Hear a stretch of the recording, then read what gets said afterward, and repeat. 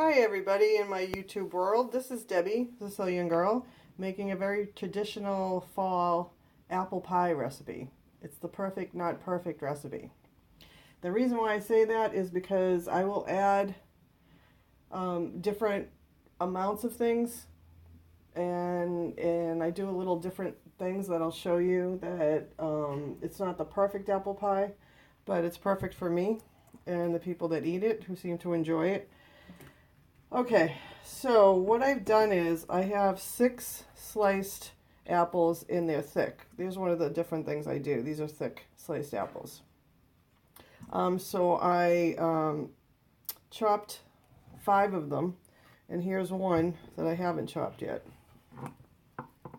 Forgive my trying to readjust just to get you, but I want to make sure you can see this stuff. Okay, so here's one that I've peeled. Okay, it still has the core in it. The extra peel there. I'm going to put this apples to the side. And here's the apple right here. And I have one of these apple slicers. And it cores it as well. Right in the middle there. So I'm just going to take that and push down. Okay.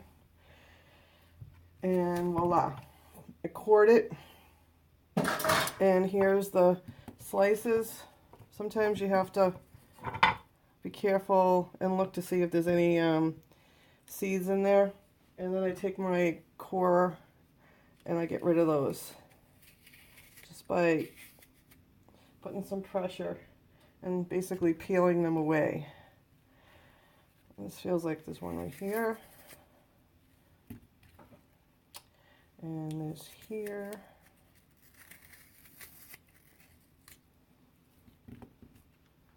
And just feeling those little, I guess they're coverings around the apples, and they're pretty sharp. Well, they're not going to hurt you if you eat them, but you're just basically not going to want to eat them. All right, so I put these in the bowl. Okay. Now, of course, the recipe has lemon juice. Okay, and it has a nice, obviously, lemony flavor, but there's another purpose for it. It's to stop the apples from browning while you prepare the apple recipe. So I'm just going to take my lemon juice squeezer and do a half a lemon. These are great, as opposed to trying to squeeze it in with your hands. This comes out much easier and much more than if you could do it by hand.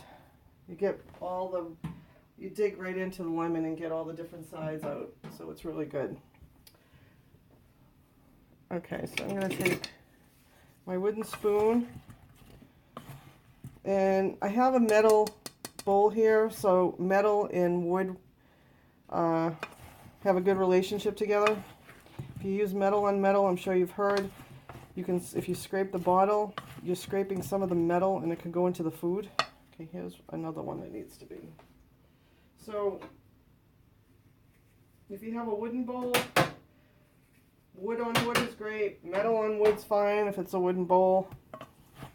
I just really prefer using a wooden spoon in a metal bowl or a wooden spoon in a Pyrex to mix things. Okay, so here's the mixture of the apples. So what we need next is 3/4 cup of sugar, which I've already measured. So that's 1/4 and 1/2. And then I have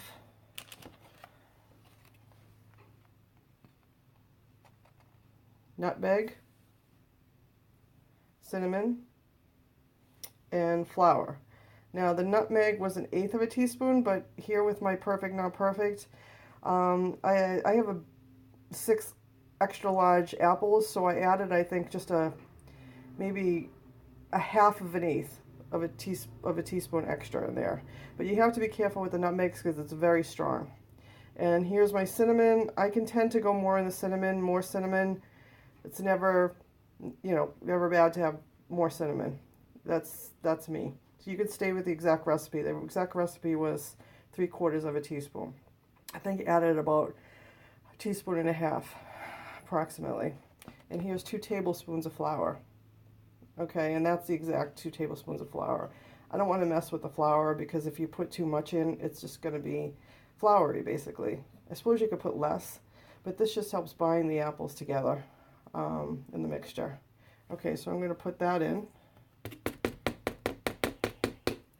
And then my salt. Don't really like doing a lot of salt. And here's my pink salt, Himalayan pink salt. It grinds the salt as you go. So I'm going to do about 8 turns. And I think the recipe calls for maybe, I think it's like a 1/4 of a teaspoon of the salt. And so then you mix all that around.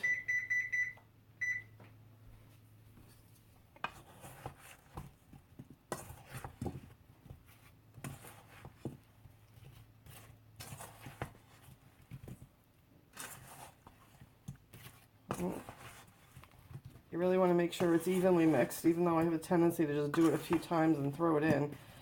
You're going to get like one whole glob of cinnamon, nutmeg on one apple slice. So, and it's really smelling good. It's got the cinnamon, the nutmeg, the lemon, the apple, but especially the cinnamon. You can smell it. Cinnamon is just got so many health benefit properties to it. It helps your stomach. If you have any stomach issues, if you're feeling kind of sour in the stomach, and actually lemon helps your stomach as well. I know it sounds odd because it's acidy, but that acid, pregnant women have found that when they're, they have morning sickness or any kind of sickness during the day, and I have a tendency to have challenges with my digestive system, so lemon helps a lot. Even with agita, which is heartburn, I will squeeze some lemon into a glass of water or warm water, and it clears out. It's like a detox for if I have agita. So, all right. So this is well blended. I'm gonna put. There's my pie plate. Yes, I cheated. So you have to, one of these has 2 crusts in it. So you don't need more than the 1 box. Okay, so I'm going to slide these beautiful apples, which are actually Cortland. Forgot to mention that before. Okay. And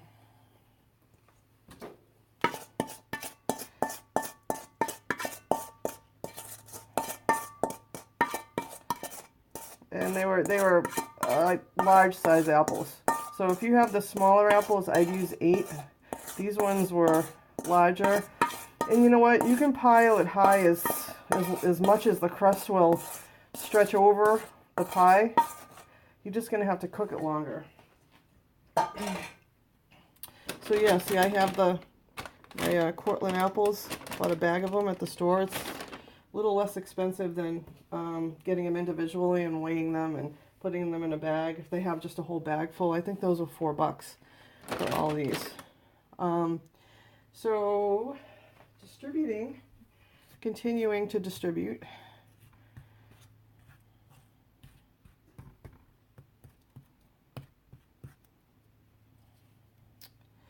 And your oven is 425. So when they're ready to go in. Okay. Now I always put about 4 tablespoons of butter. Cut up.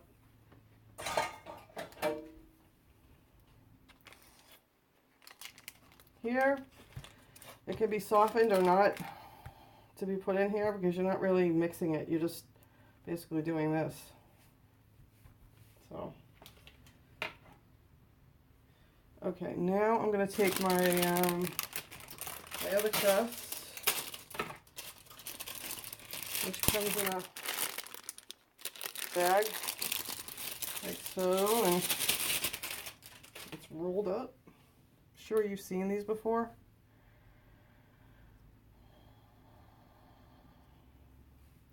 And I'm going to roll this out and plop it on top of the apples. Okay. And my friend Susan from Canada, who's got a great YouTube channel herself. It's Susan Millard, M-I-L-L-A-R-D, Susan, S-U-S-A-N, and then M-I-L-L-A-R-D. She's got RC, cool stuff. She's got book reviews. She does, when she goes to stores and she gets great deals on things. I love those, Susan, when you do that. And of course, her baking and cooking recipes. And I was watching her do this, and I liked the way she did the pie crust. I like the way you did the pie crust, Susan. I'm not doing it as well as you're doing it. I'm just kind of doing it fast. Okay, now the other thing I have, which I did not get ready, but I'm getting ready for it right now, is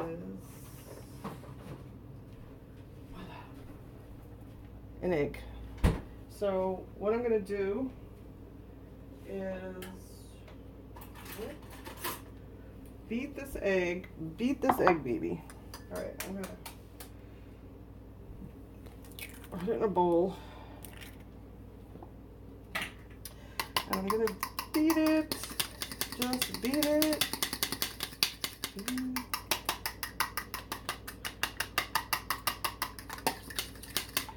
Doesn't have to be that intensely beaten, just about, 20 seconds of the egg. And I've got my pastry brush right here. And I'm going to take this and I'm going to paint it on the crust. It gives it such a nice golden finish to it.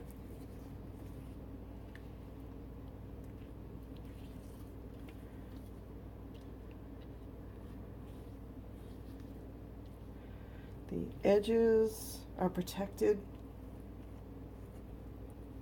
from getting burnt. You're not going to use the whole egg, most likely. So if you want to microwave that for breakfast, if you just want a half an egg, or you can mix it in, with some onions, peppers, mushrooms for an omelet, small omelet. Maybe if your child wants something and they don't eat a lot, you can make a tiny scrambled egg or tiny omelet. Okay, so there's that. All right, this is ready to go in. So I've preheated the oven. The one other thing I wanted to do was to take my knife, and people get really fancy and really cool with it. Didn't have enough dough to get fancy, like putting carved leaves on top, but I'm just making little X's on top of it.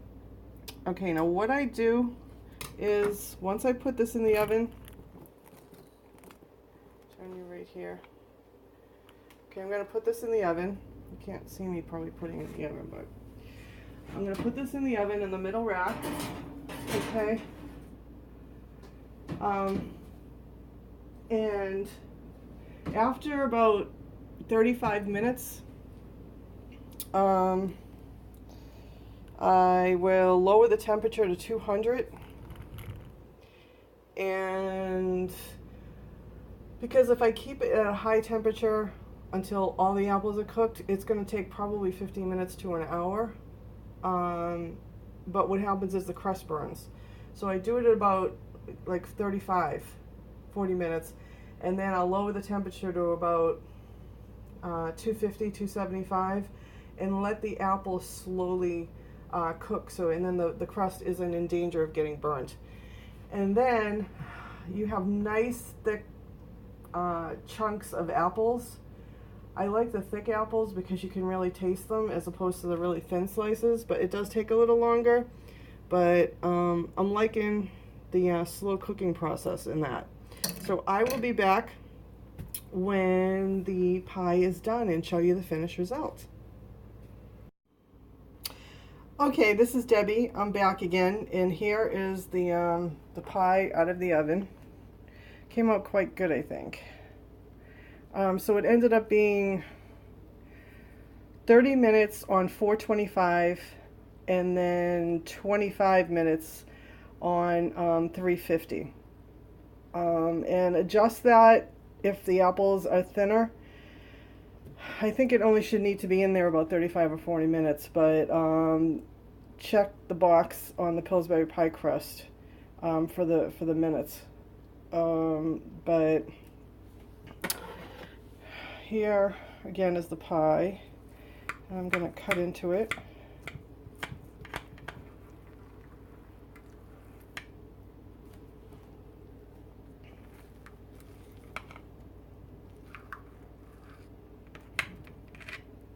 And I don't have one of those pie scooper uppers, so excuse me, I'm holding the camera, so if it's shaky, I just wanted you to see what it looks like when you take it out. So this probably isn't the best one to use. Let me see here. There's part of my kitchen.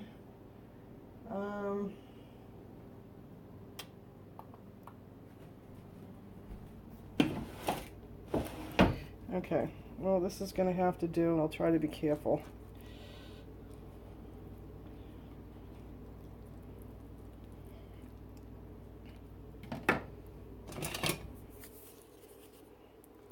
Yes, I know I need to get one of those.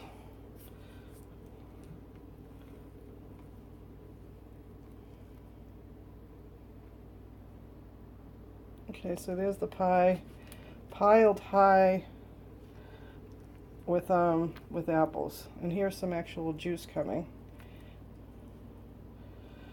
So I would let it settle a little before you cut it, because then you can get one of those nice pie servers thingies to pull it out with. It just smells awesome though.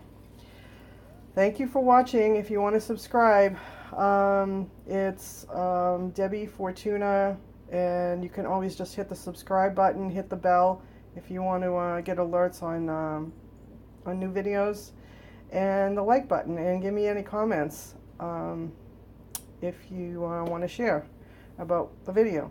Thanks. Bye.